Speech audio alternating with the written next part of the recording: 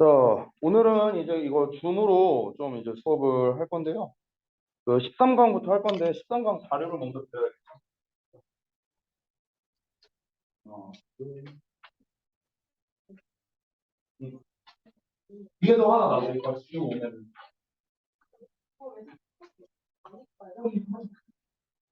아유, 지가 자료를 받았는지 안 받았는지도 모르고 진짜. 아유. 자, 봅시다. 13강부터 갈 건데 뭐 오늘도 뭐 만약 가능하다면 다 끝내면 좋을 것 같은데 그건 일단 상황 봐서. 자, 우선 여러분 우리 분석서 보면서 분석서에 나와 있는 그 주제 또는 제목 있죠? 그거를 먼저 한번 읽고 한번 시작해 보자. 여기. 아이고, 잠깐만. 자, 여기 이제 여기 주제가 써 있죠? 그래서 주제를 한번 먼저 읽어보자면, 자, 균형 잡힌 음식 섭취를 위해서 외부의 목소리를 차단하고 우리 몸이 보내는 신호에 집중하라.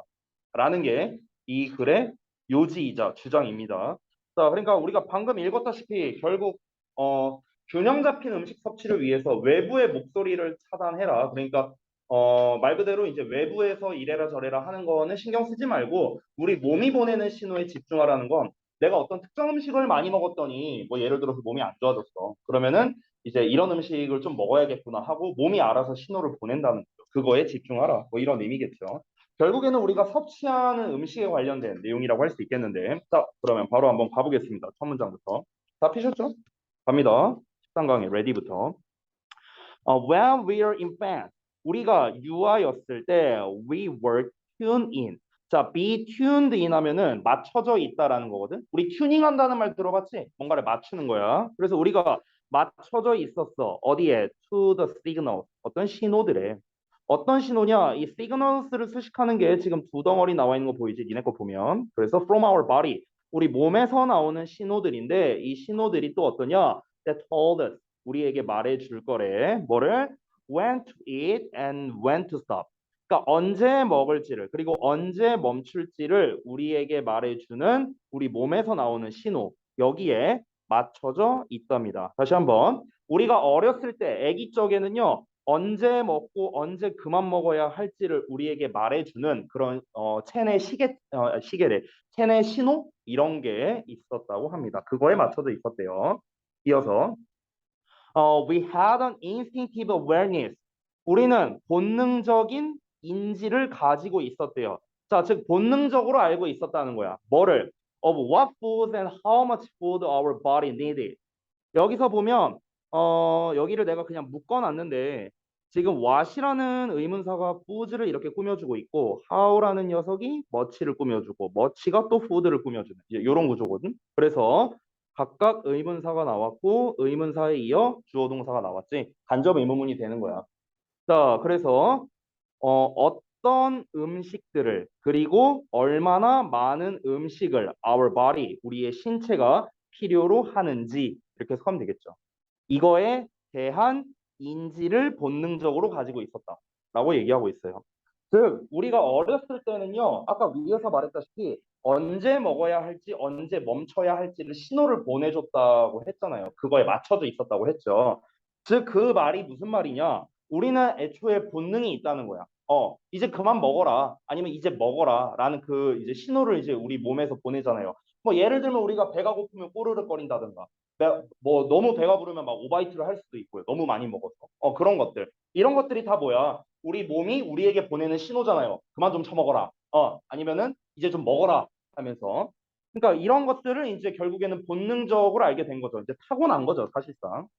As we grew older, 우리가 나이가 들면서 this inner wisdom, 이 내부의 지혜는 그러니까 지금 말만 계속 바꾸고 있는 건데 여기서 말하는 이 내부의 지혜라는 것도 결국 뭐야? 우리 몸에서 본능적으로 보내는 신호 체계를 말하는 거겠지.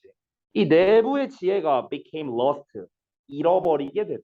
나이가 들면서. 그러니까 어렸을 때는 그 본능에 맞춰서 우리가 먹거나 줄이거나 이렇게 했는데 오히려 그 자제력이 없어졌다는 거예요. 나이가 들면 오히려. In a bewildering host of our voices. 여기서 host of 하면은 많은이란 뜻인데 bewildering이라고 나와 있죠. 갈피를 못 잡게 하는 이런 뜻인데 그러면 갈피를 못 잡게 하는 이 많은 외부의 목소리들의 길을 잃게 되었답니다. 즉, 어렸을 때는 우리가 이제 뭔가 인지 능력이 아직 발달을 많이 안 한 상태였으니까 그냥 지금 배고프니까 먹어야겠구나. 배부르니까 그만 먹어야겠구나. 그냥 이렇게 본능에 따라서 하게 됐다는 거예요. 그거에 맞춰서 우리가 음식을 섭취했다는 거지.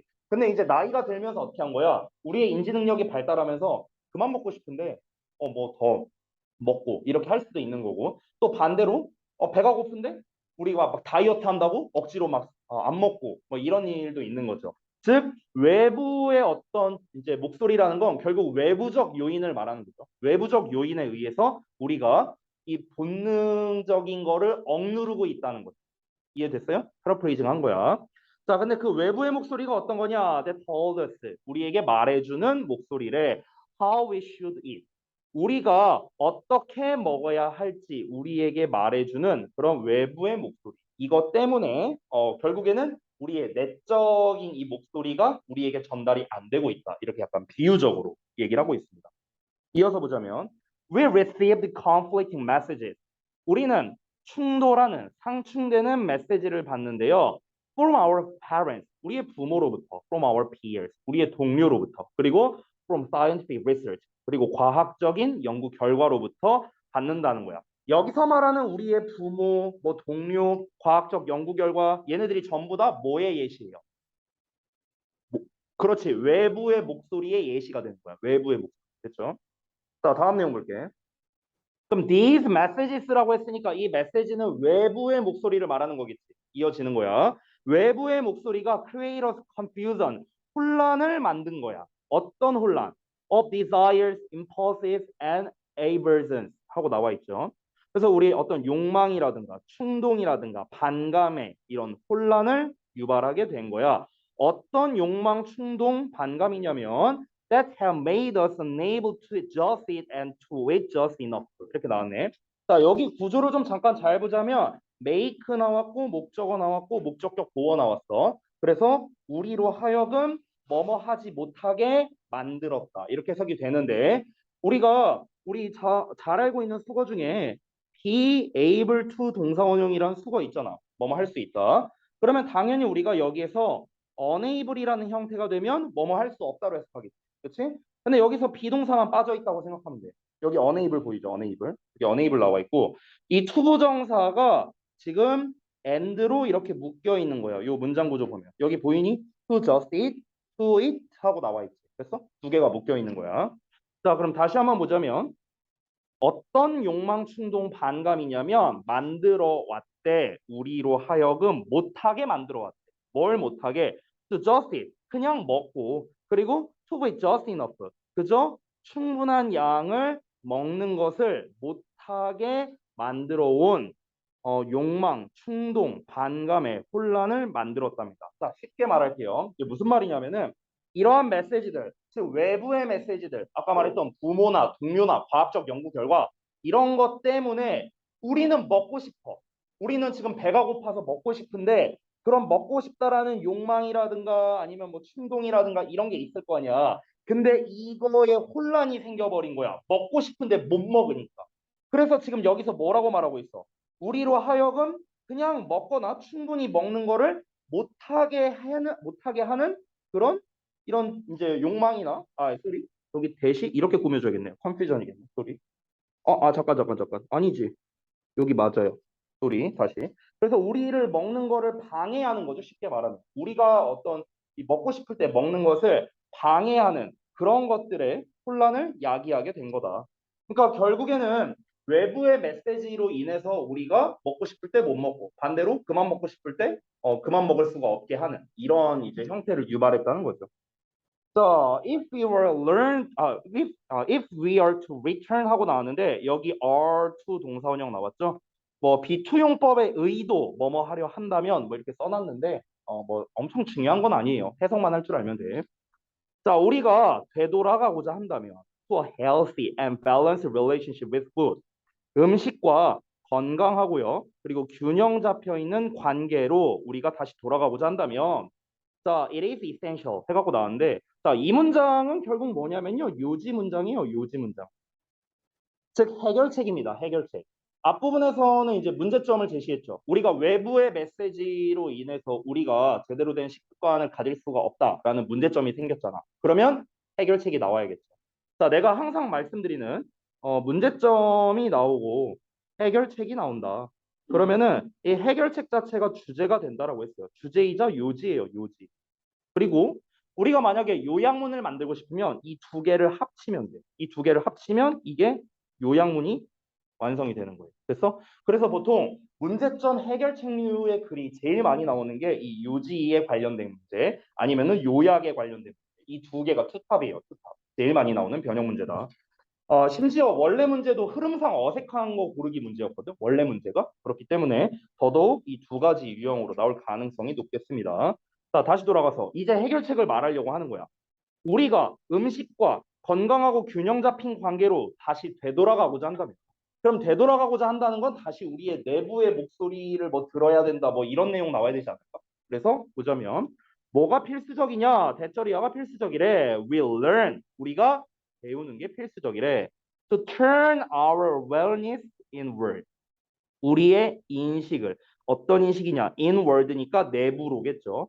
우리의 인식을 내부로 돌리는 걸 배워야 되고요. 그리고 to hear again. 다시 듣는 것을 배워야 된답니다. 뭘 듣냐? 우리의 신체가 항상 우리에게 말하고 있는 것. 됐어요? 우리의 신체가 항상 우리에게 말하고 있는 것. 결국 뭡니까? 본능에 맡기라는 거예요. 아주 쉽게 말하면. 내가 배가 고파. 먹어. 배가 안 고파. 먹지 마. 그냥 우리 신체가 시키는 거잖아. 이렇게 하라고 우리에게 항상 전달하고 있는 거잖아. 그렇죠? 왜 우리 소위 막 그런 느낌 들 때 있지 않냐? 막 예를 들어서 막 당 떨어진다. 막 이런 느낌 들 때도 있잖아요. 또는 막 짠 게 먹고 싶다. 막 이런 느낌이 들 때 있죠. 이건 뭐예요? 본능이에요. 본능. 우리의 신체가 우리한테 요구하는 것들이야. 야, 나 짠 거 좀 넣어줘 몸에다가. 단 것 좀 넣어줘. 몸이 시키는 거잖아. 몸이 나한테 시키는 건데 근데 외부의 메시지는 뭡니까? 그만 좀 먹어라. 먹지 마라. 짠 거 먹지 마라. 단 거 먹지 마라. 이게 이제 외부에서 전하는 메시지잖아. 그래서 우리가 그 욕망을 억누르고 있는 건데 이 필자가 주장하는 건 뭐야? 그렇게 하지 말래. 그냥 몸이 시키는 대로 하래. 어. 물론 저는 좀 생각이 다릅니다. 예, 몸이 시키는 대로 했다가 이렇게 됐어요. 예, 조심해야 돼요. 물론 이 필자랑은 좀 다르지만 어쨌든 이 필자는 그렇게 주장하고 있습니다. 자, 그래서 우리의 몸이 항상 우리에게 말하는 것을 다시 들어보래. 우리의 인식을 내부로 돌리라는 거야. 외부로 하지 말고. 알겠죠? 이게 필수적이다라고 이렇게 내용을 정리하고 있습니다. 자, 그래서 뭐 내용은 굉장히 쉬웠는데요. 맨 마지막 문제 해결책 부분이 나와 있었고요. 이 글은요. 빈칸 내도 사실 괜찮거든요. 어디에다가 빈칸을 내느냐? 마지막 문장. 마지막 문장. 여기 it is essential 한 다음에 여기 대절이야 전체 있죠. 요 내용 전체. 여기를 약간 문장을 바꿔서 빈칸 문제로 내도 나쁘지 않습니다. 왜냐하면 우리는 이미 앞부분에서 단서를 얻었었어요. 어떤 단서냐? 잠깐 볼게.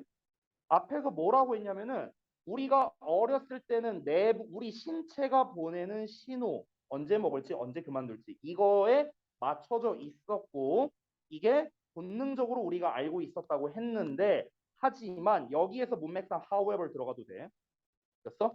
하지만 우리가 나이가 자라면서 그게 잘 안 되게 됐고 그러다 보니까 이런저런 문제가 생겼다라고 얘기하고 있다. 그렇지? 그러면 결국에는 우리가 어떻게 해야 이 균형 잡힌 식습관을 가지게 될 수 있느냐? 우리 신체가 시키는 대로 하라라는 걸 충분히 알 수 있어요. 위에서 말했잖아. 지금 우리 도입부 첫 두 문장에서 다 얘기를 했잖아요. 그러니까 이 글에서는 그냥 본능적으로 하라는 거구나라는 걸 알 수 있기 때문에 마지막 부분에 빈칸을 뚫어도 우리가 충분히 맞출 수 있다. 아까도 제가 얘기를 했었죠. 뭐가 필수적이다. 뒷내용 읽기 전에 내부에서 시키는 대로 하라는 거 아니겠냐 하면서 우리가 이미 예상을 할 수 있었죠. 그래서 빈칸으로 출제하기도 좋다. 이렇게 정리하겠습니다. 자, 그 다음 넘어가서 13강의 get set 부분 볼게요. 자, 우리 그 분석서도 같이 넘기면서 보시고요. 자, 이번에는 분석서의 제목이 뭐로 나왔는지 한번 읽어보겠습니다. 자, 뭐라고 나왔는가? 회화를 현실 모방에서 해방시킨 사진술이라고 나왔는데 여기에서의 회화는 컨버세이션이 아니에요. 그 당연히 페인팅이야, 페인팅. 그림 그리는 거. 자, 그러면 다시 돌아가서 한번 보겠습니다. 바로 가볼게요. When photography came along in the 19th century. 자, 사진 기법이, photography는 사진 기법이에요. 사진 기술.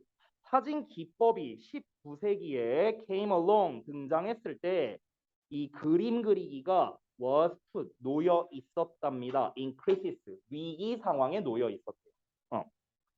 자, 왜 그럴까요? 왜 위기 상황에 놓였을까? 우리가 이제 그동안 그림을 그릴 때는 정밀 묘사하는 게 핵심이었거든요. 제가 이제 미리 얘기를 하자면. 그러니까 옛날에 지금 19세기에 사진술이 등장했다고 했으니까 19세기 이전에 대한 배경 지식을 좀 말해주자면 19세기 이전의 그림에서의 핵심은 뭐였냐면 얼마나 정밀 묘사가 가능하냐. 즉 어떤 이제 뭐 물체가 됐든 대상이 됐든 어떤 대상을 우리가 그릴 때 얼마나 똑같이 그리냐가 이 사람에 대한 그림 실력을 평가하는 기준이었다는 거야. 그런데 사진술이 등장한 거야. 그럼 사진술이 등장하면서부터 이제 어떻게 된 거야? 아니 사진보다 어떻게 똑같이 그려요? 불가능하잖아 그건. 그렇죠? 그러니까 이제 위기에 처했다라고 이야기를 하는 거야. 첫 문장. 이해됐어? 자, 근데 그러면서 이 회화 방식에 이제 변화가 일어나게 돼요. 자, 이걸 한번 확인해 보겠습니다. 자, 일단은 왜 그림 그리기가 위기에 처했는지에 대한 두 번째 문장부터 이유가 나옵니다. 자, 여기 잠깐 보시면은 the photograph 뒤에 콤마 찍히고 is themed 하고 나와 있는데 이거는 하나 알려주자면 뭐 별건 아니에요. 콤마 사이에 이렇게 주어 동사가 나와. 그리고 지금 보면은 주어 동사가 이렇게 앞뒤로 있어. 지금 이런 구조지. 보면은. 그럼 이거는 어떤 구조랑 똑같냐면은 이게 헷갈리니까 여기 앞뒤에 있는 주어 동사에 내가 이렇게 점 표시를 해둘게. 그럼 이건 뭐랑 똑같냐면은 주어 동사에 that 주어 동사 이거랑 똑같은 거야. 이거랑 똑같은 거야. 이거랑 똑같은 건데 that을 날리면서 이 주어 동사를 요 사이에 이렇게 콤마로 삽입시킨 거예요. 됐어요? 이런 구조입니다. 뭐 별건 아니에요. 어법적으로 중요한 거 아니니까 그냥 해석만 할 줄 알면 돼. 자, 그러면 사진은 이 seemed 하고 나왔으니까 그냥 보였다는 거야. 뭐뭐처럼 보였다. 됐어? 자, 뭐처럼 보였냐? did work. 일을 하는 것처럼 보였대. of imitating nature better. 그러니까 자연을 모방하는 일을 better, 더 잘 하는 것처럼 보였다는 거죠. then, 뭐보다 the painter ever could니까 그 화가가 여지껏 할 수 있어 왔던 것보다. 됐어? 화가가 여태까지 해왔다는 건 뭐예요? 당연히 뒤에 생략된 말은 imitate nature, 자연을 모방하는. 됐어? 방금 전에 말한 거죠. 사진은 그림 작가가 이제 실제로 화가가 그림을 그리는 것보다 더 잘 자연을 모방하는 것처럼 보였다. 이 얘기하는 거죠. 당연한 말이죠, 그렇죠? 자, 그래서 some painters, 몇몇 화가들이 made practical use of the invention. 그 발명품, 즉 사진 기법이죠. 그 발명품의 실용적인 사용을 했답니다. 자, 실용적인 사용을 한 게 뭐였는가? 이어서 볼게. There were impressionist painters. 인상파 화가들이 있었대. 어떤 화가들이냐? To use the photograph. 사진을 사용하는 인상파 화가들이야. 어디에서? In place of the model or landscape. In place of 하면은 뭐뭐를 대신해서라는 뜻이거든. 여기서 한 가지 좀 알려주자면 잠깐. In place of만 하면은 뭐뭐를 대신해서요. 뭐뭐를 대신해서. 자, 그런데 여기서 만약에 in place of를 만약 동사처럼 쓰고 싶다. 동사처럼 쓰고 싶다면 앞에다가 take만 붙여주면 돼요. take. 근데 그때는 우리가 in을 빼갖고요. 어떻게 쓰냐면 take the place of라는 형태로 바꿨습니다. take the place of. 이러면 뭐뭐를 대신하다. 이런 뜻이 된다. 뭐뭐를 대신하다. 우리가 잘 알고 있는 그 substitute 이런 단어 있죠. 뭔가를 대체하다. 아니면 replace 이런 단어 있죠. 이런 것들이 take the place of랑 같은 뜻이에요. 자, 다시 한번. 그럼 뭐를 대신해서 어떤 모델이나 랜드스케이프, 말 그대로 모델이나 풍경을 대신해서요. 어떤 모델이나 풍경이냐? They were painting. 그들이 그리고 있는. 자, 다시 한번 볼게요. 즉, 그들이 그리고 있는 모델이라든가 풍경이라든가 이것 대신에 이제 사진을 사용하는 인상파 화가들이 있었대요. 그러니까 예를 들어서 내가 뭐 에펠탑의 그림을 그리고 싶어. 그럼 어떻게 해야 돼, 원래는? 직접 가서 그려야 될 거 아니야. 그렇지? 근데 이제는 그럴 필요가 없이 그냥 에펠탑 사진 하나 구해갖고 그거 보면서 그리면 되잖아요. 그렇죠? 그러니까 이렇게 사진 기법을 활용하는 사람들이 있었다는 거죠. 자, 하지만 by and large 대체로 사진은 was a challenge 도전이었어. to painting 그림에 대한 도전이었던 거야. 그리고 was one cause. 한 가지 이유였는데 of paintings moving away. 자, 여기 잠깐 보자면 of라는 녀석 뒤에 paintings moving away 이렇게 나왔거든. 잠깐 볼게. 좀 정신사 나오니까 여기 위에 좀 지워버리겠다. 자, of 전치사 나왔어. 그럼 잘 알다시피 뒤에 명사 나와야 될 거 아니야. 그래서 moving away라는 동명사가 나온 거야. 전치사에 대한 목적어로. 됐어? 이런 구조야. 그런데 이 동명사는 우리가 의미상 주어를 쓸 수가 있죠. 바로 앞에다가. 어떻게? 목적격이나 또는 소유격으로 쓸 수 있는 거야. 목적격이나 소유격. 그래서 소유격의 형태인 paintings라는 형태를 쓴 거야. 됐니?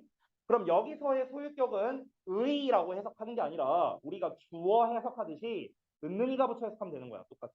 됐어? 그러면 그림이 이동해 간다는 한 가지 이유 이렇게 되는 거예요. 됐어? 그럼 그림이 어디로 이동해 가느냐? from 나왔고 to 나왔으니까 A에서 B로. 됐어? 이렇게 해석하면 되죠. direct representation and reproduction. 직접적인 표현과 복제에서. 아까 전에 내가 뭐라고 했니? 사진 기법이 발명되기 전에는 뭐가 대세였다고? 정밀묘사, 정밀묘사. 얼마나 잘 모방하느냐. 그래서 이게 대세였다고. 이게 그 얘기하는 거잖아. 직접적인 표현, 복제. 이게 뭐야? 똑같이 그리는 거 말하는 거 아니야. 쉽게 말하면. 원래는 이렇게 그렸었다고. 근데 사진이 이걸 더 잘하잖아. 그러니까 이제 할 필요가 없어진 거야. 그래서 이제 옮겨가야겠어. 어디로 옮겨가느냐? The abstract painting으로 옮겨가게 된 거야. 추상적인 회화로 옮겨가게 된 거죠. Of the 20th century, 20세기. 됐어요? 자, 그래서 결국에는 여기까지 읽었으면 우리가 대략적으로 내용을 알 수 있습니다. 어떤 내용입니까? 결국 사진술의 발달로 인해서 그림 그리는 방식이 변화가 생겼다라는 거죠. 그렇죠? 원래는 그거를 정확하게 따라하는 정밀묘사 그림 그리기 기법에서 이제 어떻게 됐다? 추상적인 그림으로 넘어가게 된 거예요. 니네가 잘 알고 있는 뭐 피카소 같은 사람이 있잖아. 그 사람들이 바로 그런 대표적인 사례가 되는 거겠죠. 이어서 보자면 Since photographs did such a good job of representing things. 자, such여 혁명 나왔죠? 그렇게나 뭐뭐한 명사. 사진은 그렇게나 좋은 일을 했대요. 그렇게나 좋은 일을 했다는 건 정말 잘했다는 거죠. 그렇죠? 그렇게나 잘했기 때문에 뭐를 사물을 묘사하는 걸요. 그러니까 사물을 묘사하는 걸 그렇게나 잘했기 때문에 existed 왜 이렇게 오늘 발음이 안 되냐? As they existed in the world. 자, 세상에 그들이 존재하는 대로. 그들은 사물들 말하는 거예요. 됐어? 다시 사물들이 세상에 존재하는 그대로 표현하는 걸 사진술이 너무나 잘했다는 거야. 맞죠? 그랬기 때문에 화가들이 were freed. 자, 우리가 보통 be freed to 하면은 뭐뭐 하는 데 있어서 자유로워지다. 이렇게 하면 되거든요. 뭐뭐 하는 데 있어서 자유로워지다. 자, 그럼 뭐 하는 데 있어서 자유로워졌냐? To look inward라고 나왔네요. 그러니까 내적인 거를 보는 게 자유로워졌고요. 그리고 representing 어떤 것들을 표현하는 데 자유로워졌대요. 자, 뭐 하면서 as they were in their imagination. 그들의 상상 속에서 그것들이 존재하는 대로. 됐어요? 그러니까 상상 속에 존재하는 대로 이것들을 표현하고 내적인 거를 자유롭게 이제 볼 수가 있었다는 거죠. 그러니까 이 본문에서 직접적으로 말하진 않았지만 우리가 약간 시대상을 좀 알 수가 있는 게 예전에 19세기 이전에는 어땠었냐면 아까도 내가 계속 말했지만 정밀 묘사를 정말 잘하는 사람을 그림 잘 그린다 이렇게 인정을 했었다는 거야. 막 근데 자기 내면 세계의 그림을 막 이렇게 추상적으로 그림을 그린다거나 피카소가 만약에 이 시기에 태어났으면은 인정을 못 받았을 거라고. 뭐야 이게 뭘 그린 거야? 이렇게 됐을 거란 거죠. 됐어? 그런데 사진 기법이 발달하면서 이제 정밀 묘사는 그림으로 따라갈 수가 없는 거야. 사진술을. 그러니까 사람들이 어떻게 해야 돼? 다른 쪽으로 이제 넘어가야겠지. 다른 쪽으로. 정밀 묘사를 따라할 수 없어. 어차피 사진이 짱인데 뭐. 그러면 우리 추상적인 걸 표현하자. 추상적인 건 이거는 사진이 따라할 수가 없는 거잖아. 내 머릿속에 있는 상상 속에만 있는 걸 사진이 어떻게 따라해? 내 머리 안에 있는 상상을 찍을 수도 없는 거고. 그죠? 그렇기 때문에 이쪽으로 대세가 옮겨가게 된 거죠. 내 머릿속에 있는 걸 그대로 나타내 주게 됐다라는 거죠. 자유롭게 됐다는 거야. 이젠 이게 대세가 됐습니다. 자, 뭐 하면서 rendering emotion, 감정을 표현하면서 감정을 원래 그전에는 표현할 수가 없었겠지. 감정을 어떻게 표현해요? 추상적인 개념인데. 하지만 이제는 가능해진 거예요.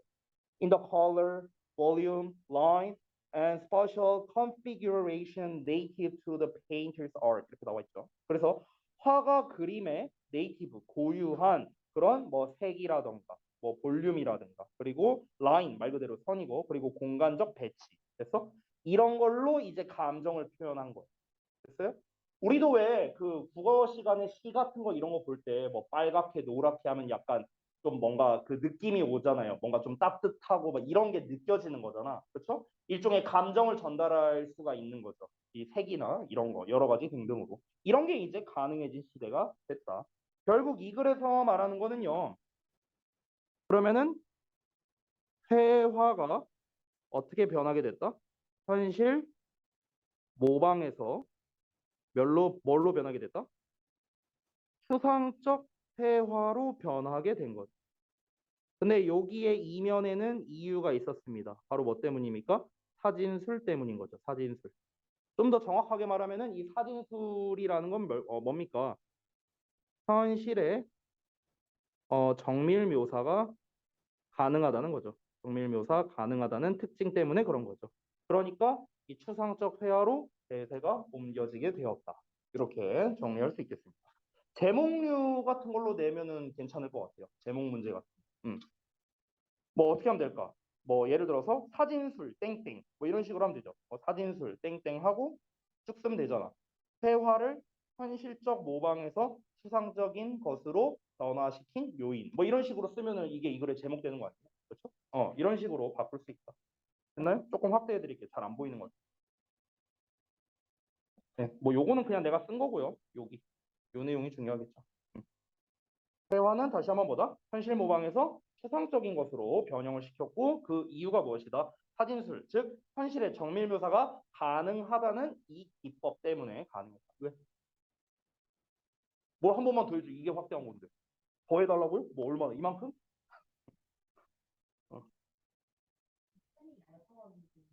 어. 이게 왜 그러냐면 구문 분석할 때 너무 굵게 하면은 글씨가 안 예뻐서 내가 조금 굵게 해줄게 그러면. 잠깐만.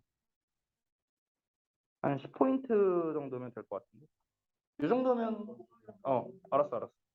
알았어. 자, 다음 거 넘어갈게. 13강의 1번. 자, 이번에도 우리 그 분석서에 있는 거 주제 한번 읽고 시작해 보자. 자, 보면 관련 없는 일에 참여하는 건 새로운 기회와 경험으로 향하는 통로의 역할을 한다. 되게 좋은 말을 했네요.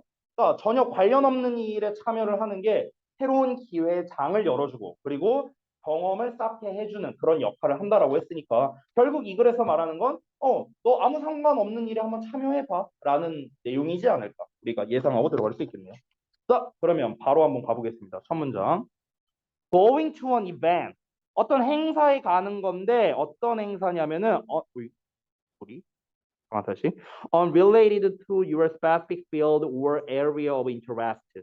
자, 너의 특정 분야나 아니면은 관심 영역과 무관한 행사래요. 그래서 관심 없는 거 그런 거에 가는 게 can yield. 자, yield라는 건 내가 정말 여러 번 얘기했는데 뜻이 두 가지가 있다고 했습니다. 첫 번째는 produce의 뜻이 있어요. produce 생산하다의 뜻. 그래서 또 하나는 surrender의 뜻이 있어요. surrender. 니네 맨날 롤하면 서렌치잖아. 뭡니까? 항복하다죠. 항복하다. 그래서 항복하다. 얘는 생산하다. 그래서 일대는 항상 이 두 개의 뜻이 있는 거야. 생산 아니면 항복하다. 됐어요? 자, 그러면은 여기에서 이제 그 yield의 의미에 가까운 거는 이제 보통 produce. 보통 이 뜻으로 많이 쓰여요. 보통은요. 그래서 다시 한번 돌아가 보자면요. 그 너의 특정 분야나 영역에 관련이 없는 행사에 가는 게 놀라운 결과를 낼 수 있대요. 놀라운 결과를 이제 생산할 수 있답니다. 이어서 보자면 그러면 첫 문장 사실상 주제겠네요. 방금 전에 우리가 읽었던 그 내용이 다 겹치잖아요. 그렇죠? 그러니까 그러니까 관련성이 없는 행사에 가는 게 놀라운 결과를 가져다 줄 수 있다고 했으니까 나쁜 결과를 가져다 주는 느낌은 아니잖아요. 놀라운 결과라는 게. 자, 그럼 어떻게 해줄 수 있는가? 구체적인 내용이 나오겠죠. You might get turned on to a subject. 너는 어떤 주제에 get turned on 하면은 관심을 갖게 되는 거거든요. 그러니까 이게 왜 관심을 갖게 되는 거냐면 직역하자면 turn on 하면은 뭔가 전원이 켜지는 거잖아. 활성화가 되는 거야. 그러니까 활성화가 된 상태를 얻는 거거든. 그러니까 원래는 활성화가 안 돼 있었어. 내가 관심이 없었는데. 근데 이게 turn on 되는 상태를 얻는 거야. 활성화가 된 걸 얻는 거니까 관심이 생기게 되다. 이렇게 의역이 되는 거죠. 너는 어떤 주제에 관심이 생기게 될 수도 있대. 어떤 주제냐? You did not know would interest you. 여기 잠깐만 볼게. 구문 분석은 해놨는데 이 구문 분석 다 지우고 다시 보여줄게요. 이게 어떤 구조냐면은 앞에 subject라는 명사가 나와 있어. 선행사 나와 있고 그 다음에 you didn't know 주어 동사 뒤에 나와 있고 그리고 뒤에 could interest 동사 목적어 또 이렇게 나와 있어. 그렇죠? 자, 그럼 이건 언제 어떻게 생긴 거냐? 여기 아래에다가 내가 구조만 다시 써볼게. 명사 나오고 그 다음에 대시 생략돼 있는 거야. 이때의 대신 참고로 주격 관계대명사야. 주격. 뒤에 주어 동사 나오고 이 주어 동사 뒤에 또 대시 생략된 거야. 이렇게. 여기에 있는 대신 다시 한번 말하지만 주격 관계 대명사야. 여기에 있는 대신 명사절을 이끄는 접속사 대시야. 접속사 대. 원래 우리가 접속사 대신 목적어 역할을 할 때 생략 많이 하잖아. 그렇지? 아유, 그만 좀 졸아라. 몇 번씩 얘기. 어? 자, 다시. 그래서 뒤에는 주어, 동사, 목적어 이렇게 나오는 건데 잘 봐. 여기에서 얘는 지금 생략돼 있고 여기에서 심지어 이 주격 관계 대명사도요 생략이 가능해요. 요 경우에는 생략이 가능해요. 그러니까 우리가 중3 때 배우는 주격 관계 대명사는 항상 비동사와 세트로 이제 생략이 됐잖아. 근데 주격 관계 대명사가 단독으로 생략되는 경우가 있는데 그게 바로 이렇게 삽입 어구가 있을 때는 생략이 가능합니다. 삽입 어구. 자, 그래서 여기서 얘가 지금 주격 관계대명사니까 여기 대절의 주어 있죠. 대절의 주어. 이 대절의 주어 대신에 요 놈을 쓰게 된 거예요. 이 관계대명사. 네. 아니요. 주격이에요. 여기. 요 자리. 주격이에요. 주격. 왜요? 왜?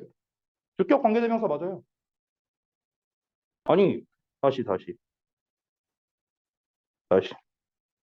이게 목적격 관계대명사면요. 말이 안 돼요. 왜 말이 안 되냐? 여기서 문장이 끊기죠. 그럼 얘는 어떻게 설명할까요? 얘는 어떻게 설명할 거예요? 요 동사 목적은 어떻게 설명할 거예요? 앞에 동사 이미 있는데 설명이 안 되잖아요. 그죠? 그러니까 내가 다시 한번 말해줄게. 다시 한번. 이게 어떻게 생겨먹은 거냐면 다시 봐봐. 명사, 관계대명사, 이 편의상 관계대명사는 내가 위치로 할게요. 헷갈릴 수 있으니까. 자, 관계대명사 위치 나오고 주어, 동사 나오고 된 나오고 주어, 동사, 목적어. 자, 이런 상황인데 여기서 잘 봐. 여기서 지금 이 관계대명사 뒤에는 불완전한 문장 나와야 되잖아. 알다시피. 근데 지금은 불완전한 문장이 아니야. 왜냐하면 주어 나오고 동사 나오고 목적어 나왔으니까. 그치? 여기 심지어 주어 동사 목적어도 다 있잖아. 그러니까 완전한 문장이 나왔으니까 여기에서 이제 뭔가를 하나 빼야겠지. 얘를 빼든 셋 중에 하나를 빼야 될 거 아니야. 그렇죠? 주어나 목적어를. 근데 여기서 뭘 뺀 거냐면 얘를 뺀 거라고. 주어를. 됐어? 이 주어 대신에 쓴 게 바로 요 위치라는 녀석이라고.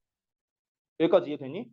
자, 근데 아까 말했다시피 이 대은 뭐야? 원래 생략이 가능하잖아. 접속사 대은. 그러면 문장 구조가 어떻게 돼요? 명사 나오고 주격 관계대명사 나오고 주어, 동사, 목적어 이렇게 생기게 되는 거야. 여기까지 이해됐니? 여기까지 됐어? 근데 아까 말했다시피 주격 관계대명사가 원래 자체적으로 생략이 안 되는데 딱 한 가지 요 경우에만 자체적으로 생략이 가능해요. 요 경우에만. 그래서 최종적으로는 이런 형태가 지금 완성이 돼 있는 거야.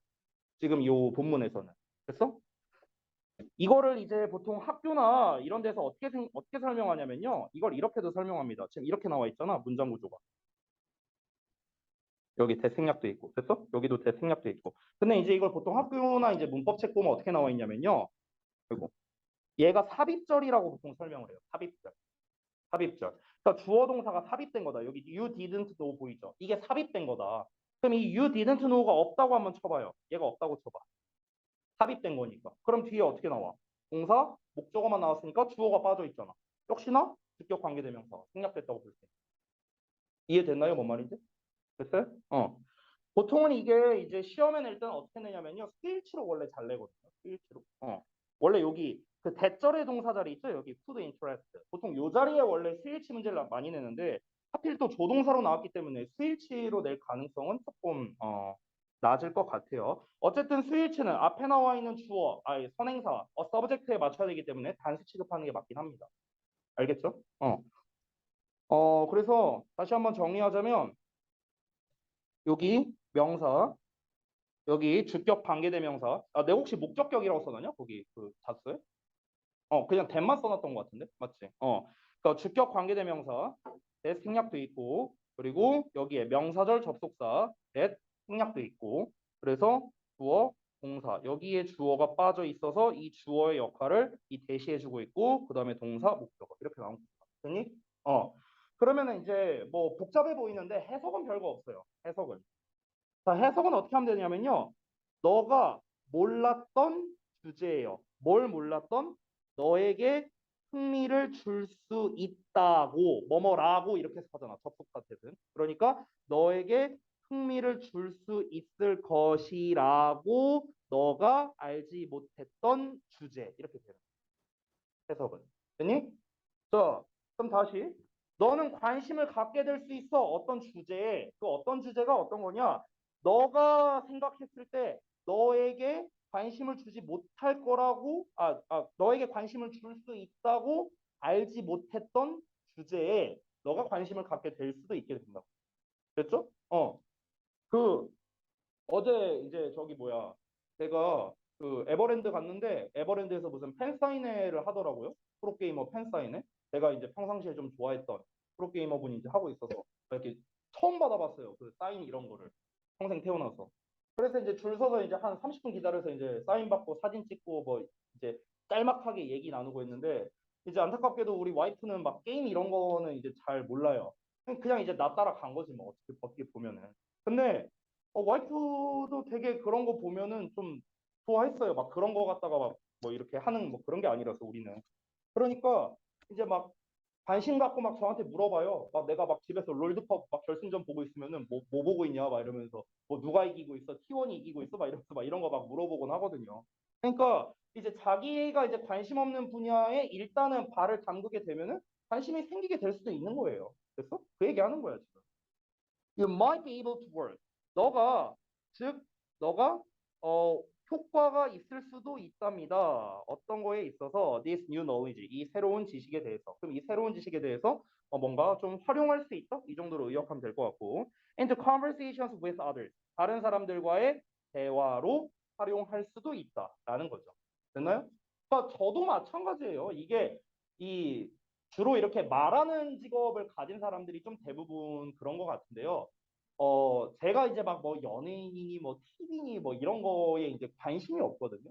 근데 이제 예전에 2018년인가 19년인가 그때 이 내가 워낙 이제 원체 TV를 안 보니까 학생들이랑 좀 대화가 안 통하는 것 같은 느낌이 든 거야. 그래갖고 내가 진짜 억지로 그 스카이캐슬을 다운을 받아서 봤어요. 나 원래 드라마 안 보거든요. 억지로 진짜 내가 말이 통해야 되니까 막 애들이 뭐 어디 가나 여기 가나 막 스카이캐슬 얘기하고 있으니까 이거 봐야 되나 하고 억지로 다운을 받았어. 일단 전편을 다 받았어. 이제 종영하기 거의 직전이었거든요 그때. 그래서 이제 나온 거를 다 다운 받았는데요 1편 보고 지웠습니다. 역시 저랑은 안 맞더라고. 어. 1편 다 봤는데 일단 제 입장에선 이해가 안 되는 게 아니 우리나라에 왜 총이 아니 우리나라에 총 아니 총 누가 무슨 거기에다가 하고 이걸 저 아줌마 왜 죽지? 막 이러면서 몰라 제 상식에선 좀 이해가 안 돼갖고 아니 뭐 예를 들어서 그런 뭐 입시 그런 것 때문에 뭐 어디 뛰어내려서 죽는다거나 뭐 아니면은 뭐 못 매달고 죽는다거나 이런 거면 그럴 수 있는데 아니 뭐 무슨 얼음길 한복판에서 무슨 총 쏴서 죽는 게 그 1편의 마무리로 나오더라고요. 이게 왜 그래서 너무 현실성이 없어서 지웠습니다. 혹시 안 보신 분이 있다면 죄송해요. 예. 아무튼 첫 편에 웬 아줌마가 죽습니다. 아무튼만요. 예. 어. 자, 이어서 볼게요. For example. 예를 들어서 you might discover. 너는 알게 될 수도 있대요. 그러니까 지금 또 이제 똑같은 얘기 하는 거겠죠. 너가 새로운 분야에 뭔가 발을 담그게 되면은 너가 관심이 생기게 될 수도 있다. 이거에 대한 얘기를 하는 거겠죠.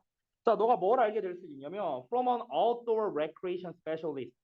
야외 레크레이션 전문가로부터 뭘 알게 될 수 있느냐? 대절을 알게 될 수도 있어. 이번에는 대시 그냥 평범한 접속사 대시입니다. 다만 원래는 대시 여기에 들어가야 되는데 대절 내용이 길다 보니까 뒤로 그냥 뺀 거예요. 관계대명사 이런 거 아닙니다. That you and your colleagues 너와 너의 동료들이 could benefit 이익을 얻을 수 있다는 걸 알게 될 수도 있답니다. 뭐로부터? team building retreat로부터. 즉 어떤 팀워크 구축하는 그런 뭐겠죠? 예, 그런 거를 하는 이제 걸로부터 이제 뭐 이제 너가 베너핏을 얻을 수가 있겠다. 즉 이제 야외 레크레이션 전문가로부터 우리는 사실 야외 레크레이션이랑은 관련이 딱히 없어요. 여러분은 학생이고 저는 뭐 강사니까요. 근데 우리가 그런 레크레이션 전문가의 이제 어떤 어디에 딱 이게 발을 한번 담그게 되는 거야. 뭐 하루 1일 알바를 해본다든가. 마치 그 장성규 워크맨처럼. 됐어? 뭐 이렇게 1일 알바를 해본다든가. 그러면은 이제 뭔가 이 뭐 팀워크를 구축하는 그런 이제 우리 뭐 수련회 같은 거 있잖아요. 그러면은 그런 걸로부터 우리나 우리 동료들이 좀 이익을 볼 수 있겠구나. 뭐 이런 거를 이제 알게 될 수도 있고 이로 인해서 뭐 흥미가 생길 수도 있겠죠. Similarly, 마찬가지로 an art exhibit, 미술 전시회가 might introduce you, 당신에게 도입시켜줄 수 있대요. 소개시켜줄 수도 있답니다. 뭐를? To a new shade of red. 그러니까 새로운 빨간색의 색조를 너에게 접하게 해줄 수 있는데 어떤 색조냐? That will make a bolder statement. 진술 내용을 더 bolder. 그러니까 우리 여기서 이제 bold라는 게 원래 그 대담한이라는 뜻이 있잖아요. 근데 그 대담한이라는 뜻 말고요. 붉은이라는 뜻도 있거든요. 우리 그 글씨체 볼드체라고 하죠. 볼드체. 붉은 이런 뜻이 있어요. 그러면 여기서 굵은 진술이란 건 뭐냐면 더 선명한 진술이라고 생각하면 됩니다. 그래서 그 진술 내용을 더 선명하게 해줄 수 있는 그런 새로운 빨간색 색조 뭐 이런 거 너의 웹사이트에다 됐어? 이런 거를 이제 접하게 해줄 수도 있다라는 거겠죠. 그러니까 전혀 다른 분야라고 생각을 해도 거기에서 발을 들이면은 어쨌든 간 너한테 이익이 될 수 있는 점이 있을 수 있다라는 거죠. 내가 고등학생 때 버거킹에서 3년 동안 알바했던 게 지금 강사 생활이랑은 아무 상관없을 수도 있어요. 전혀 분야가 다르니까. 근데 제가 이제 거기에서 이제 3년 동안 일함으로써 배우게 된 점이 있는 거죠. 제 나름대로. 내가 사회생활을 그때 처음 해본 거니까 어찌 보면 고1 때부터. 그러니까 그때 이런 식으로 대해야 되는구나, 이렇게 해야 되는구나라는 걸 어찌 보면 그때 이제 배웠다고 할 수 있죠. 거의 20년 전인데. 그러니까 전혀 다른 분야를 통해서도 내가 뭔가를 배우고 알아갈 점이 있을 수 있다는 거죠. Participating in unrelated event. 자, 이제 마무리를 하는 문장 같죠. 관련이 없는 행사에 참여하는 건 opens you up. 너를 열게 해준답니다. To new opportunities. 새로운 기회와 and experiences. 경험에다가 너를 열게 해준다. 열린 마음을 가지게 해준다. 라고 할 수 있겠습니다. 이렇게 정리가 되는데요. 자, 그러면 결국엔 이 글은요, 처음부터 끝까지 반전 없이 one way로 갑니다. 결국에 관련이 없는 일에 참여하게 되는 것은 어떤 식으로든 너에게 있어서 새로운 경험을 도입시켜 주고요. 그로 인해서 결국에는 이익을 줄 수 있다라는 거. 그냥 처음부터 끝까지 다 좋다라는 얘기밖에 안 나왔습니다. 자, 내용이 반전되거나 뭐 이런 게 없기 때문에 흐름, 어휘류의 문제로 출제하기에는 좀 부적합하고요. 난이도가 낮습니다. 난이도를 좀 높게 낼 거면은 역시나 대입항류가 가장 좋습니다. 주제, 제목, 뭐 요지, 주장 뭐 다 내기 좋습니다. 그렇죠? 자, 그러면은 시간도 좀 지났으니 잠깐 쉬었다가 이어서 볼게요.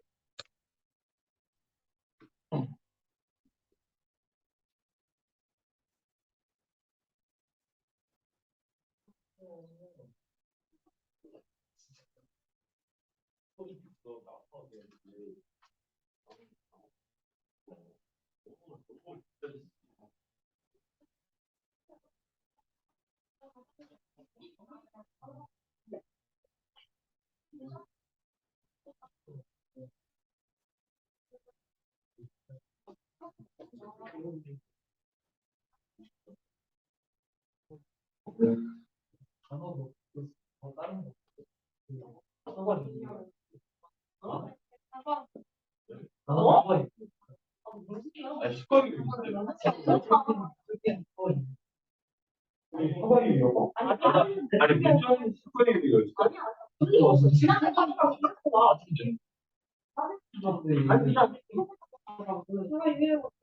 그래, 식감이 위험한 이제 그거 한번 위험. 한꺼번에 지금 뛰어내릴 거야. 유리형과 다 같이 대기하면 아니 여기까지 안 보내고 의외를 다 바퀴 바르게 있다고. 요런 나는 그럼 차라리 그냥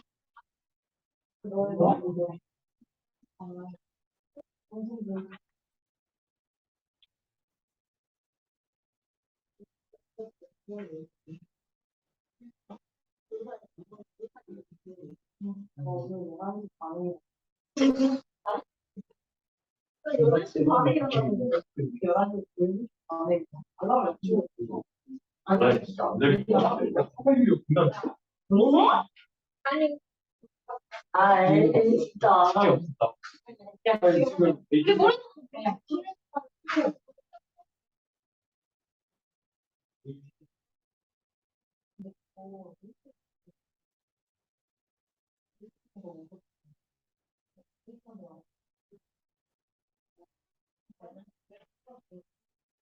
외국어를 그런 거 같아.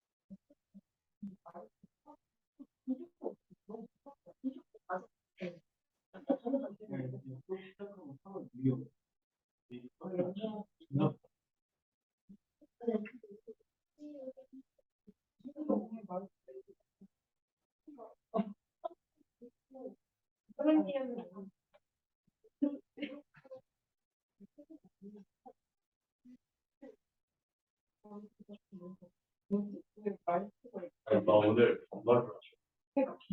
원래는 원래 존댓말 하고. 근데 가끔씩 반말할 수가 있어. 못한다 안 하지.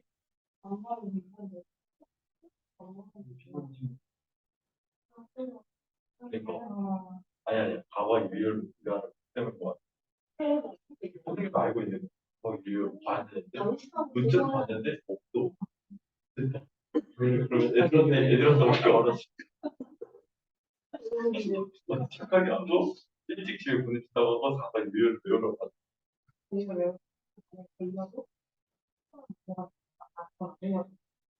근데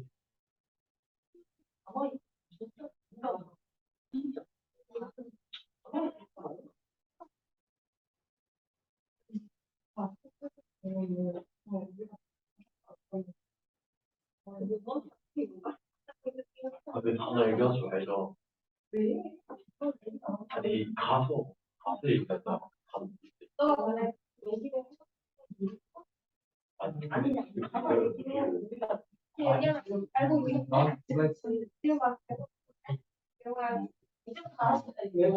아 이거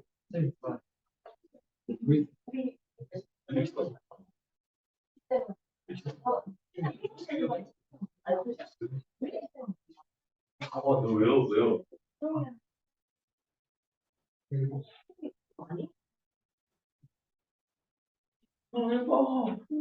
쌤이 맨날 불러주는 시간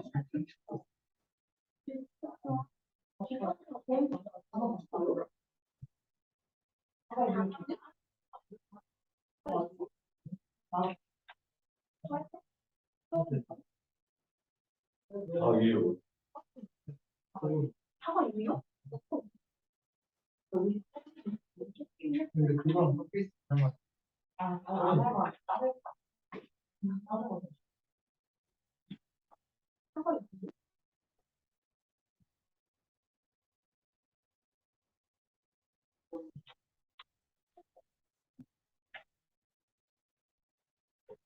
나 저거 엎어져 있는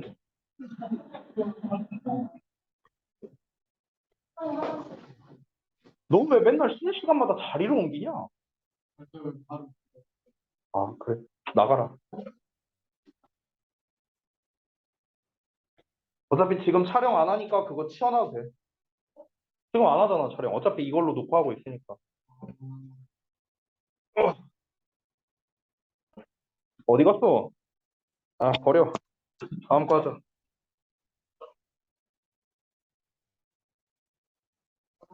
자, 13강의 2번 보자.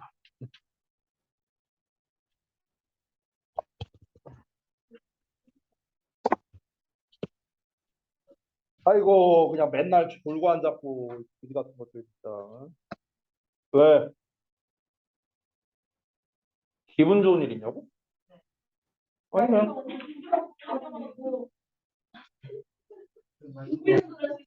아니, 야, 누가 보면은, 내가 맨날 승질만 부리는 사람인 줄 알겠네, 다양한데 오늘 약간 뭐랄까 되게 써있는 단어가 아니, 그냥 똑같은데? 다를 게 뭐가 있어? 그냥 맨날 뭐. 다람쥐 쳇바퀴 굴러가듯이 하는 일상이야, 뭐 똑같은데. 야, 그렇게 하면 또 오해한다고 사람들이 어? 아, 진짜 어처구니가 없네, 정말. 똑같은데? 자, 일단 한번 보자. 2번 볼게요. 미국 유권자들이 긍정적 선거 운동을 선호하는 이유라고 나왔네요. 자, 한번 보겠습니다, 바로. As a rule, 일반적으로 Americans favor positive. 자, 미국인들은 긍정적인 것에 호의를 보인답니다. over 뭐뭐보다는요. negative political campaigns보다. 그러니까 부정적인 정치 선거 운동보다 긍정적인 것에 호의를 보인답니다. 그러면은 이제 처음에 현재 시제로서 단정적으로 말했으니까 여기가 주제일 가능성이 높겠네요. 그러면 이제 뒤에는 뭐가 나와야 될까? 미국 사람들이 왜 긍정적인 선거 운동에 호의를 보일까? 이유가 나와야겠죠. 자, that is, 즉 voters prefer a candidate. 유권자들은요, candidate, 후보자를 선호하는데 우리가 prefer A to B라고 보통 하거든요. 여기 to 나왔죠. 그래서 A를 B보다 더 선호하다. A를 B보다 선호하다. 그럼 어떤 후보자를 선호하느냐? Who is in favor of something. 그러니까 뭔가를 지지하는, in favor of 하면 뭔가를 지지하는 거죠. 그러니까 뭔가를 지지하는 후보자를 더 좋아한다는 거야. 뭐보다? Another candidate. 또 다른 후보자보다. 그럼 이 또 다른 후보자는 어떤 사람이겠어요? Who is merely against something. 그러니까 그저 뭔가를 반대하는 지지자보다. 뭔가를 반대하는 지지자보다는요. 뭔가를 이제 좀 뭐랄까 이렇게 뒷받침하는, 뭔가를 지지하는 이런 후보자를 선호한답니다.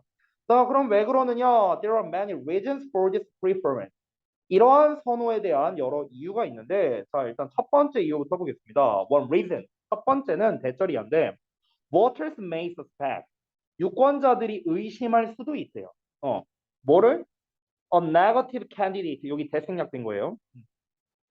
자, 부정적인 후보자가 had something to hide. 그러니까 뭔가를 숨기고 있다? 라고 의심할 수도 있고요. 그리고 is using negative politics.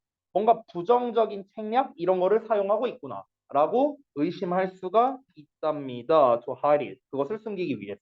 일단 기본적으로 그렇게 부정적인 후보자에 대해서는 그렇게 생각을 하고 있다는 거죠. 이 부정적인 것에 이제 뭔가를 이제 반대하는 후보자. 그러니까 뭔가를 반대하는 후보자는 저거 지가 뭐 잘못한 거 숨기려고 저렇게 남을 깎아내리고 이러는구만. 이런 마음이 이제 들게 되는 거야. 그러니까 이제 아무래도 좀 이제 뭔가를 이제 반대하는 지지자보다는 지지하는 지지자를 이렇게 지지라는 말이 많이 들어가. 지지하는 지지자. 지지하는 후보자라고 할게요. 지지하는 후보자를 이제 선호할 수밖에 없다는 거고. Also 또한 a positive campaign 긍정적인 선거 운동이 tends to be stronger 더 강하고 and more successful 더 성공적이랍니다. 뭐보다? 네거티브 캠페인보다. 자, 왜 그러냐? Because it is more effective. 더 효과적이니까요. 뭐가? To be for something. 이 for라는 것 자체가 여러분 기본적으로 뭔가에 찬성하는 이라는 뜻이 있거든요. 그래서 뭔가에 찬성하는 것이 더 효과적이기 때문이랍니다. Then merely against something. 그냥 뭔가에 반대하는 것보다. 그러니까 이거는 말 그대로 그냥 긍정성의 어떤 특징 때문이라고 생각하면 될 것 같아요. 그러니까 뭔가를 이제 지지한다는 모습을 보여주면 이 후보자가 뭔가 이렇게 지지한다는 모습을 보여주면 우리 유권자들의 입장에서는 저 사람이 뭔가 그래도 좀 긍정적인 사람이구나. 뭔가를 깎아내리려고 하는 게 아니라 뭔가 이렇게 지지하는 모습을 보이니까 긍정적인 사람이네. 그러니까 말 그대로 긍정성의 특성 때문에 그 사람을 더 선호할 수밖에 없게 된다는 거죠. 이거는 근데 비단 미국뿐만 아니라 다른 나라도 아닌가? 우리나라는 뭐 사실 긍정성이냐 부정성이냐 중요한 게 아니니까 그냥 정치인이면 일단 까야 되거든. 네. 자, 그래서 positive campaign. 자, 긍정적 선거운동은 usually project an image. 자, 프로젝트는 뭔가를 투사하다, 투영하다 이런 뜻이 있거든. 이거 프로젝터잖아, 프로젝터 이름이. 됐어요? 투사하다, 투영하다. 그래서 긍정적인 선거운동은 대체로 어떤 이미지를 투영하는데 어떤 이미지냐? success, confidence, and optimism. 그러니까 성공, 자신감, 그리고 낙관주의 이런 이미지를 보여준답니다. 긍정적인 선거운동은요. 근데 그게 three qualities, 즉 세 가지 특징이라고 하는데요. 어떤 특징이냐? That Americans like to see in elected officials. 미국 사람들이 좋아한대 보는 것을요. elected official인데 여기서 elect는 뭔가를 이제 선출하다, 선거하는 거겠고요. official은 뭔가 이제 공직자라는 뜻이 되겠죠. 여기서는요. 그래서 선출된 공직자에게서 미국 사람들은 보는 것을 좋아하는 그런 세 가지 특징이랍니다. 여기서 C에 대한 목적어가 없죠. 이 C에 대한 목적어가 빠졌기 때문에 목적격 관계대명사 대수로 쓰인 거고요. 그러면은 미국 사람들이 보길 좋아하는 세 가지 특징이 바로 뭐라고요? 성공, 자신감, 낙관주의라고. 근데 이런 이미지를요 긍정적인 선거운동에서 잘 보여줄 수 있으니까 당연히 그 긍정적 선거운동을 더 선호한다. 이렇게 정리할 수 있겠습니다.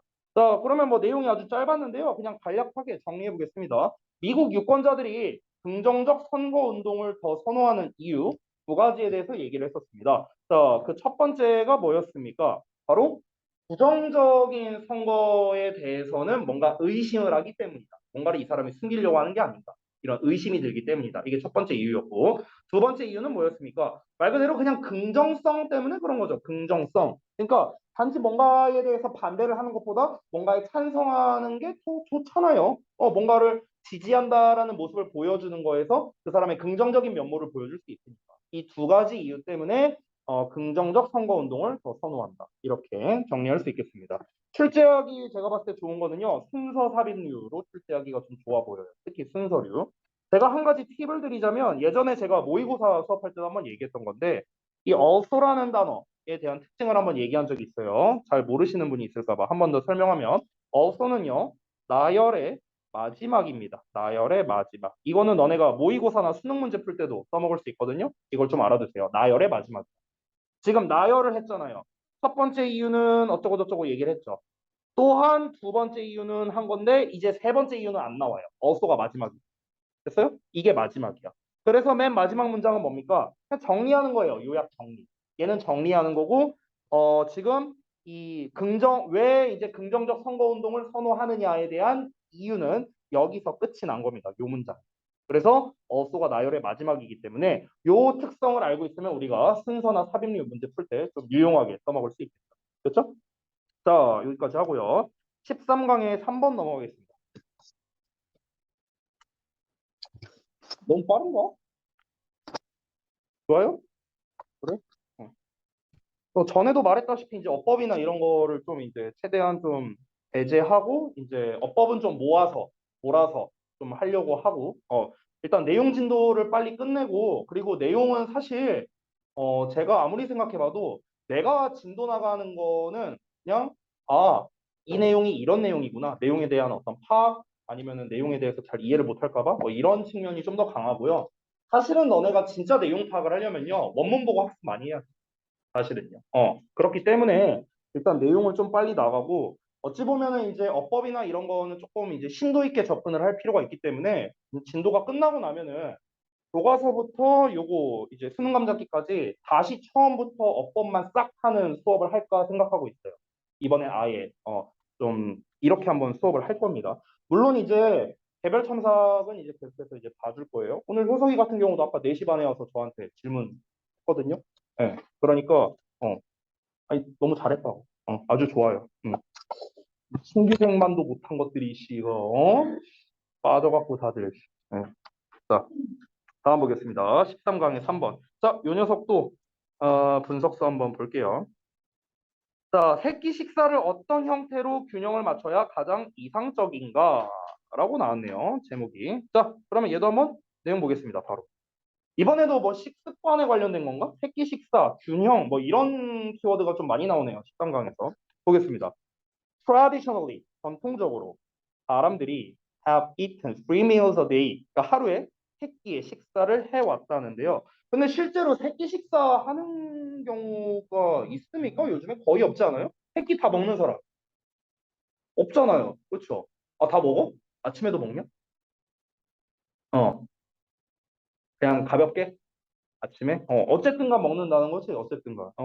이게 아침에 이제 그 어머니께서 이렇게 좀 잘 차려주시나 보네요. 샐러드? 음, 뭐 식사라고 해야겠지. 뭐 일단 먹는 거니까. 네네. 뭐 그렇죠. 보통은 거의 뭐 2끼가 국룰인 것 같아요. 요즘에는요. 보통 아침 잘 안 먹고 점심에 어차피 학교에서 먹고 저녁도 뭐 사실은 이제 학원 오기 전 아니면 학원 끝나고 둘 중에 이제 먹거나 뭐 이게 거의 국룰이 됐죠. 저는 보통 하루 한 끼. 예, 새벽에. 예. 그러니까 그 이 하루는 통으로 가는 거고요. 그러니까 저는 오늘 밥을 언제 먹었냐? 오늘 새벽에 먹은 거죠. 미리 말. 오늘 새벽. 예. 예. 아무튼간 그러니까 하루에 3끼 식사를 해왔는데 그래서 이거는 그 3끼 식사를 설명하는 거죠. 오전에 아침 식사하고 그 다음에 중간에 이제 점심 식사하고 그리고 저녁에 저녁 식사하고 그냥 그 얘기한 거예요. So although this is a useful standard, 비록 이것이 유용한 표준임에도 불구하고 사람들은요 자주 습관을 형성합니다. 어떤 습관이냐? Of eating a small breakfast and lunch and a large evening meal.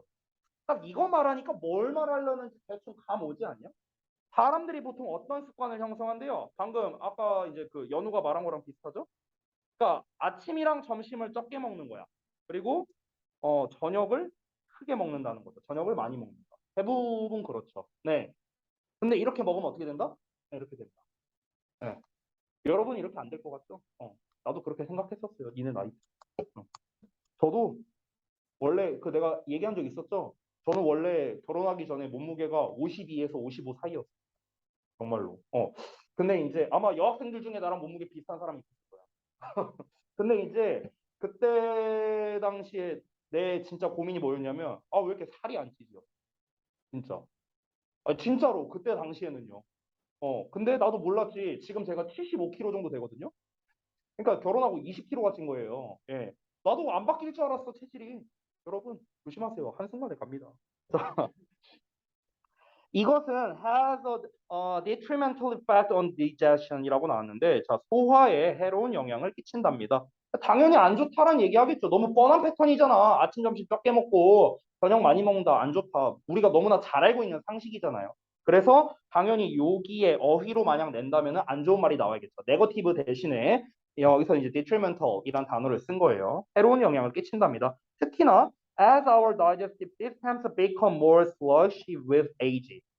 갑자기 슬픈 얘기가 나오네. 자, 우리의 소화기관이 나이가 들어감에 따라 그 기능이 더 slugish해질 때요. 이제 그러니까 더 둔해질 때 특히나 그러하답니다. 여러분 저도 안 아플 줄 알았다니까요. 저도 안 아플 줄 알았다니까. 오늘은 좀 괜찮은데요. 지난주 토요일 날이 조금 약간 고비였어요. 그때 좀 왠지 모르겠는데 제가 좀 많이 아파갖고 그 토요일 날, 지난주 토요일 날. 그래서 이제 이 학생들한테 이제 보여서는 이제 안 될 모습을 이제 좀 간접적으로 좀 보여갖고 이제 내가 아파서 여기 엎어져 있었거든. 근데 학생들이 들어왔는데 들어온 줄 몰랐어 내가. 그래서 애들은 이제 내가 자고 있는 줄 알았나 봐. 그래갖고 로이쌤 자고 계신다 봐. 애들이 막 이러는 거야. 그 소리에 이제 깼거든요. 그러니까 깼다는 게 엄밀히 말하면 이제 정신을 차린 거죠 그때. 아무튼 그랬었는데 예, 지금은 일단 괜찮은데 여러분 조심하세요. 나 되게 건강했어요. 작년까지만 하더라도. 음. 올 초에 유난히 이제 이 건강 관련 이슈가 많았거든요. 그 이제 뭐 여기서 알만한 분은 아실 수도 있는데 올 초에 뭐 저기 뭐 여기 응급실 와서 뭐 한번 실려간 적도 있고 병원에 그 구급차 들거 와갖고 이 실려갔거든요. 기분이 되게 묘했어요. 그때 그 119 타고 가는. 아무튼간 예. 그러니까 조심하세요. 항상 건강 잘 챙기시고. 자, 이어서 it also means. 자, 그것은 또한 뭘 의미하느냐? also가 나왔네요. 아까 말했던 거죠? 나열의 마지막이라고요. 위에서는 뭐라 했습니까? 아침, 점심을 적게 먹고 저녁을 많이 먹는 것은 소화에 이제 해로운 영향을 끼치는데 특히나 나이가 들어가면서 그게 더 심해진다라고 얘기를 했어요. 근데 여기서 끝나지 않고요. 또한 그게 뭘 의미하느냐? That we have an inadequate supply of energy. 우리가 가지게 된다는 걸 의미한데요. 에너지의 불충분한 공급을 가진대요. At the times of the day. 그러니까 한낮에는요. 그 한낮이 언제냐? 관계부사 when we are most active. 우리가 가장 활동적인 한낮에는 불충분한 에너지의 공급이 이루어진다는 거고요. 그리고 a calorie overload니까 말 그대로 이제 좀 이렇게 오버로드는 원래 이제 과부하된 거잖아요. 칼로리 과부하가 일어나게 된다는 거죠. 언제는 그 날의 마지막에는요. 그 날의 마지막에는 어떤 겁니까? When we are winding down이니까 우리가 편하게 쉴 수 있는 그런 하루의 마지막, 즉 저녁 시간대를 말하는 거겠죠. 요때는 오히려 칼로리가 과부하되는 상태가 벌어지게 된다는 거야. 우리가 가장 활동적일 때는 에너지가 부족하고 활동이 이제 좀 가장 이제 뜸해졌을 때는 오히려 이제 에너지가 넘치는 이런 사태가 이제 벌어지게 되는 거죠. 그래서 이제 저는 이 불균형을 없애고자 어떻게 했는가? 밤에 활동적으로 바꿨습니다. 어, 밤에 활동하면 되잖아요. 밤에 먹고 밤에 활동하면 되잖아요. 그렇죠? 그래서 밤에 활동하는 거예요. 그래서 아침에 잠만 잡니다. 자, 이어서 A preferable eating pattern. 자, 바람직한 이 식사의 패턴이 is a large breakfast. 자, 이제 뭐 풍부한 그런 아침 식사를 하고요. A substantial lunch니까 상당한 양의 점심이고요. 그리고 a comparably small meal. 비교적 적은 식사랍니다. Early in the evening. 이른 저녁에는요. 우리가 너무나 잘 알고 있는 상식의 이야기였습니다. 자, 그래서 끝났네요. 내용도 이러고. 자, 그러면 아까 우리가 읽었던 요거 있죠. 요거. 새끼 식사를 어떤 형태로 균형을 맞춰야 가장 이상적인가 하고 아까 물어봤잖아. 여기에서. 그럼 어떻게 균형을 맞춰야 이상적이라는 게 맨 마지막에 나왔어요. 그렇죠? 아침에 많이 먹고 점심에는 꽤 많이 먹고 저녁에는 적게 먹어라. 근데 이거는 사실 그냥 우리가 상식으로도 알고 있는 내용인 거죠. 그렇죠? 그래서 사실 내용도 굉장히 쉽고 우리가 좀 조심해야 되는 건요. 그래서 어휘만 조심하면 돼요. 어휘만, 단어만. 아까 전에 뭐 예를 들어서 이런 단어 있었잖아요. 여기 detrimental effect 이런 거 있잖아. 해로운. 그러니까 이런 단어만 우리가 이제 놓치지 않으면은 그러면 딱히 이 글에서는 문제가 될 게 없어요. 어떤 유형으로 나오더라도. 알겠죠? 그러니까 이 글은요. 유익한, 뭐 해로운 이렇게 유반이어 관계를 이제 낼 수 있는 것들 이런 것만 좀 여러분이 유반만 좀 잘 외우시면은 충분히 문제가 없을 것 같습니다. 이유까지도 나오곤 했으니까. 네. 자, 13강에 4번 갈게요. 오늘의 마지막 지문이겠네. 자, 봅시다. Just imagine for a second now. 자, 지금 잠시 동안 그저 생각해 보랍니다. 상상해 보래요. 뭐를? what절을요. What can happen? 무슨 일이 발생할지를 잠깐 상상해 보래. 뭐 한다면 if your bad habits stress you out. 너의 나쁜 습관이 너에게 스트레스를 준다면 무슨 일이 발생할지를 잠깐 생각해 보랍니다. 나쁜 습관이 너한테 스트레스를 준다면 어떤 일이 일어날까? 한번 상상해 보래요. 자, it's the perfect recipe for a negative feedback circle. 우리가 보통 레시피 하면은 이제 요리법, 조리법으로 많이 알고 있는데요. 비법이라는 뜻도 있어요. 비법, 비결. 일종의 secret의 뜻도 있습니다. secret. 우리가 보통 secret 하면은 비밀로만 알고 있는데요. 비법, 비결 이런 뜻도 있거든요. 같은 의미예요. 자, 그것은 완벽한 비결인데 for a negative feedback circle이니까 부정적인 피드백 순환을 위한 완벽한 비결이랍니다. 여러분, 지금 잠깐 다시 보자면 나쁜 습관이 스트레스를 줄 때 어떤 일이 일어날지를 상상해 보라고 했잖아. 첫 문장에서 예시로 시작했죠. 근데 부정적 피드백 순환을 야기할 거래요. 부정적 피드백 순환. 자, 우리가 잠깐 분석서를 볼까요? 분석서를 보면은요. 지금 후반에 뭐라고 나왔냐면은 거기 주제 부분에 스트레스를 받을 때를 대비하여 좋은 습관을 기르는 게 아주 중요하다라고 나왔거든요. 지금 첫 문장에서는 뭐라고 했냐면 나쁜 습관으로 인해서 내가 스트레스가 생길 때 어떤 일이 발생할까를 상상해 보라 했어. 근데 부정적인 피드백 순환을 유발할 거래요. 자, 다음 문장 이어서 읽어보겠습니다. Your stress triggers a bad habit. 너의 나쁜 스트레스는 나쁜 습관을 유발하게 되고요. 그리고 그것이 triggers guilt, internal anxiety, and more stress. 죄책감, 그리고 내적 불안감, 그리고 더 많은 스트레스를 또 유발하고 또 그것이 triggers the habit again. 다시 이 습관을 유발하게 된답니다. 그러니까 위에서 뭐라고 했냐면요. 부정적인 피드백 순환이 발생한다고 했잖아요. 그러니까 처음에는 뭡니까? 일단은 스트레스가 있죠. 너의 스트레스가 나쁜 습관을 촉발한대요. 나쁜 습관. 자, 근데 그것이 어떻게 된다? 죄책감이나 내적 불안감, 그리고 더 많은 스트레스를 유발한대요. 자, 이 나쁜 습관으로 인해서 이제 어떻게 된다? 더 많은,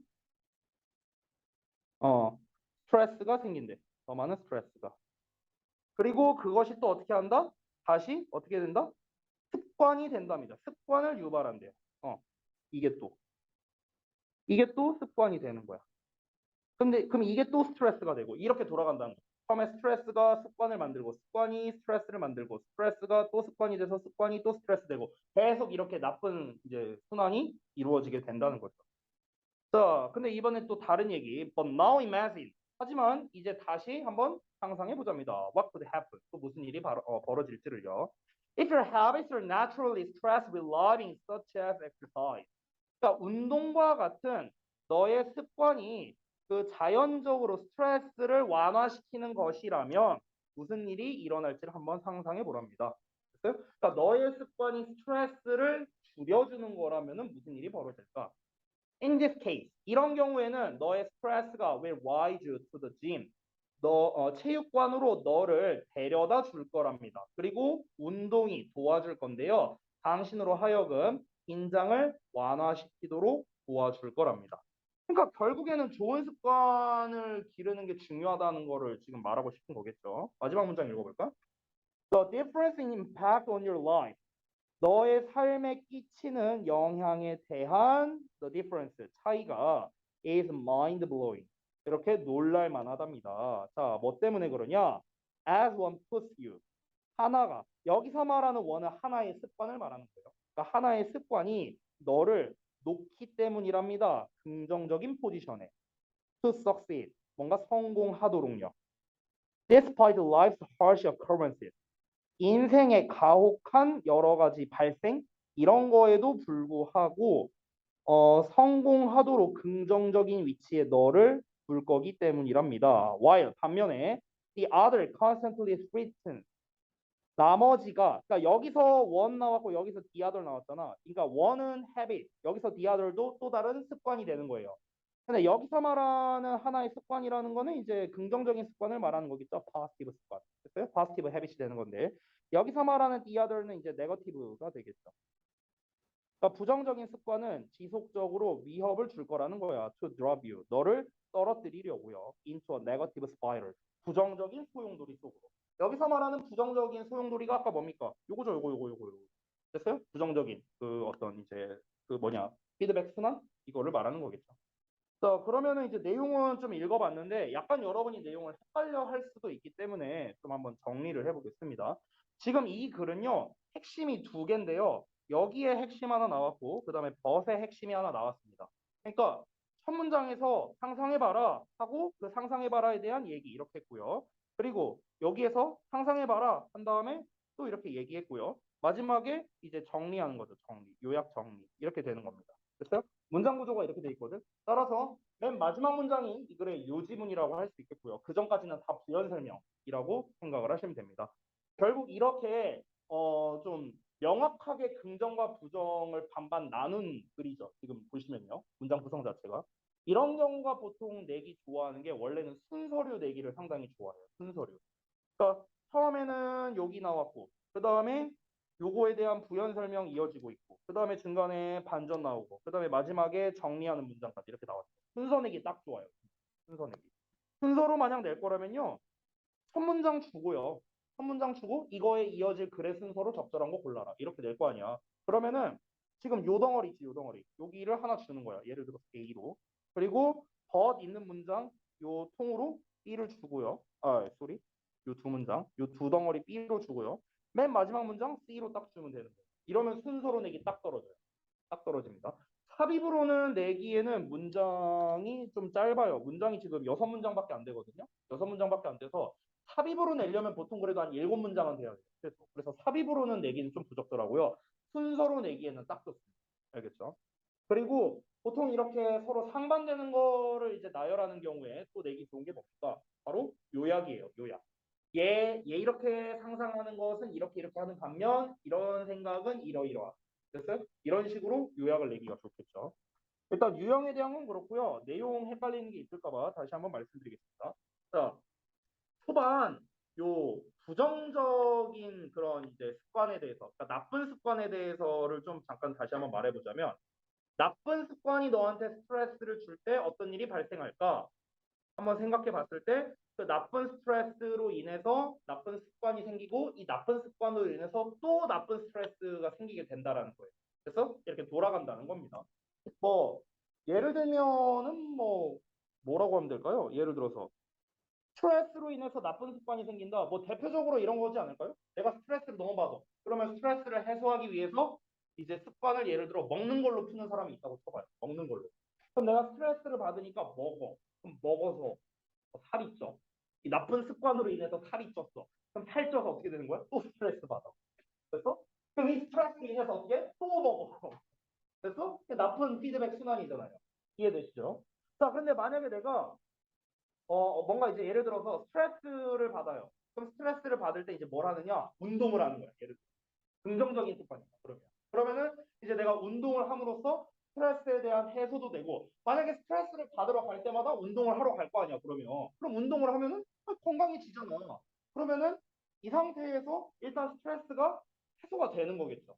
됐어요? 만약에 운동을 하다가 스트레스를 또 받아. 그럼 또 운동하는 거야. 그럼 몸은 결국엔 건강해질 거 아니야. 좋은 거 아니에요? 그러니까 좋은 이제 순환이 생기게 되는 거죠. 그러니까 결국에는 스트레스를 받을 때 너가 부정적인 습관을 가지게 되면은 결국에는 악순환이 반복이 되니까 스트레스 받을 때를 대비해서 미리미리 좋은 습관을 하나 만들어 놔라. 스트레스에 대한 좀 좋은 해소법을 만들어 놔라. 라는 게 이 글에서 말하고자 하는 거겠죠. 그래서 그게 마지막 문장에 나왔던 내용이다. 이렇게 정리할 수 있겠습니다. 자, 그래서 이제 우리가 13강 전체를 한번 봤는데 여러분 이제 우리가 분석서를 보시면 알겠지만 13강의 이 파트 자체가 흐름상 어색한 거 고르는 파트였거든요. 전부 다. 이 6지문 전부 다. 그러면은 우리가 이 6지문을 학습할 때 기본적으로 뭘 생각해야 되냐면 흐름 유형이잖아요. 흐름 유형. 그럼 이 흐름 유형을 이제 보통 이제 어떻게 변화하기가 좋은지 그걸 한번 볼게요. 일단 흐름류의 특성을 좀 잠깐 보여드리겠습니다. 흐름 지문 같은 경우 안 쓰셔도 돼요. 그러니까 흐름 지문 특성은 어떻게 되냐면요. 지문이 보통 이렇게 나오고 막 이렇게 나오잖아. 우리 모의고사 볼 때 1, 2, 3, 4, 5 해갖고 흐름상 어색한 문장 골라라. 그럼 흐름상 어색한 문장은 정답이 무조건 2, 3, 4에 하나 있거든. 모의고사 기준으로. 1, 5번에선 안 나와요. 한 번도 나온 적 없어요. 모의고사에서. 2, 3, 4에서 이제 나오는데 그러면 이 말인즉슨 결국엔 무슨 말이냐면은 첫 문장에 주제가 있다는 뜻이에요. 흐름 문제를 원래 흐름 문제를 풀려면은 첫 문장에는 주제가 나와줘야 돼요. 무조건. 그래야 이 주제에서 벗어난 거를 답을 고를 수 있거든. 됐어? 그러니까 문제 자체가 이렇게 설계되어 있는 거야. 그러면은 우리가 이걸 역으로 한번 보자고요. 그러면 대부분의 이 흐름 지문은 첫 문장에 주제가 나오기 때문에 빈칸을 마냥 낼 거면은 결국 둘 중 하나예요. 첫 문장에 빈칸 내거나 마지막에 빈칸 내거나 이거밖에 없어요. 마지막에 빈칸을 낼 거면 주제를 재진술하는 문장이죠. 됐어요? 이런 특성을 가지고 있다. 빈칸은 무조건 첫 문장 아니면 마지막 문장. 이거를 생각하면 될 것 같아요. 이게 일단 첫 번째고요. 그리고 두 번째는요. 지금 여러분이 쭉 읽으면서 파악을 하셨는지 모르겠는데 대부분 이 흐름 지문의 특성은 어떠냐면요. 문제점이 나오고 해결책이 나오는 패턴이 상당히 많이 있어요. 실제로 읽어보면요. 얘 같은 경우도 마찬가지잖아. 문제점 나왔잖아요. 너가 만약에 부정적인 습관을 가지고 있다면 스트레스 받으면은 그 부정적인 습관으로 인해서 또 스트레스 받고 악순환이 벌어진다. 문제점이잖아. 그래서 이걸 어떻게 해결해라? 긍정적인 습관을 가져라. 해결책을 제시한 거잖아. 그렇죠? 그러니까 대부분 이렇게 문제와 해결책으로 이제 구성이 많이 되어 있어요. 아까도 말했지만 문제점 해결책이 나오는 패턴은 보통 뭐가 나온다? 해결책 자체가 주제, 즉 요지다. 요지가 되고요. 따라서 어떤 요지를 물어보거나 주장, 필자의 주장이거나 이런 류 이런 류로 이제 변형하기 좋다는 거예요. 대입학 중에서도요. 그러면서 이 문제와 해결책을 합치면 뭐가 된다? 요약이 된다. 이런 얘기도 했죠. 그래서 변형하기 좋은 요소들이 바로 이런 거예요. 요약, 요지, 빈칸. 이 3대장. 이 세 개가 출제하기에 가장 좋다라는 거. 이해되셨죠? 흐름류 문제는요.